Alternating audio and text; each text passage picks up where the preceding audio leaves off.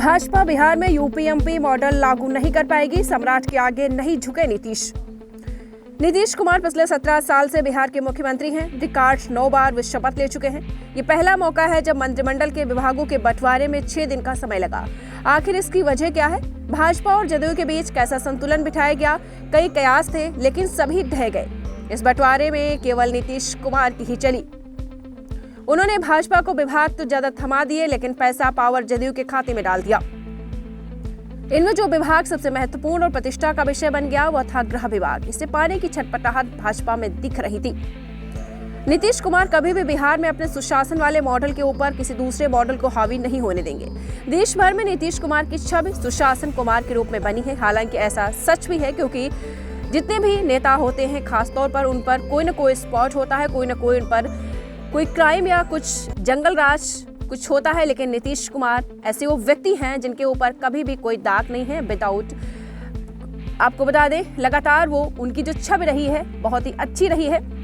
बिहार से क्राइम और जंगल राज को समाप्त करने का क्रेडिट नीतीश कुमार खुद लेते रहे हैं। 2005 से 2010 का दौर था जब उन्होंने शहाबुद्दीन, अनंत सिंह, रीतलाल यादव और आनंद मोहन जैसे बाहुबलियों समेत 75,000 से ज्यादा छोटे बड़े अपराधियों को जेल की हवा खिला दी।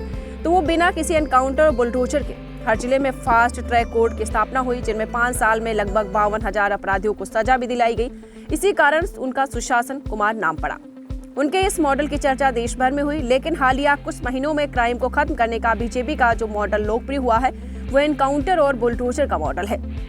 यूपी की सरकार है जिस हिसाब से यहाँ पर एनकाउंटर होते हैं, लगातार यहाँ की सरकार है सेम वहीं की सरकार बिहार की। अब अगर ऐसा मॉडल लागू होगा तो वहाँ की सरकार भी ऐसे ही बन जाएगी, क्योंकि लगातार नीतीश कुमार की जो छवि रही है बहुत ही अच्छी रही है।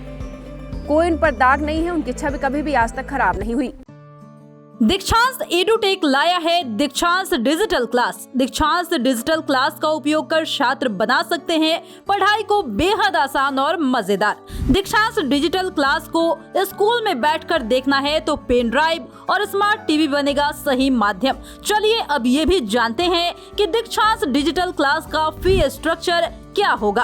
नर्सरी से लेकर यूकेजी के लिए 7,000, नर्सरी से लेकर दूसरी कक्षा के लिए 12,000, नर्सरी से लेकर 5वीं तक के लिए 18,000, नर्सरी से लेकर 8वीं तक के लिए 24,000, नर्सरी से लेकर 10वीं तक के लिए 30,000।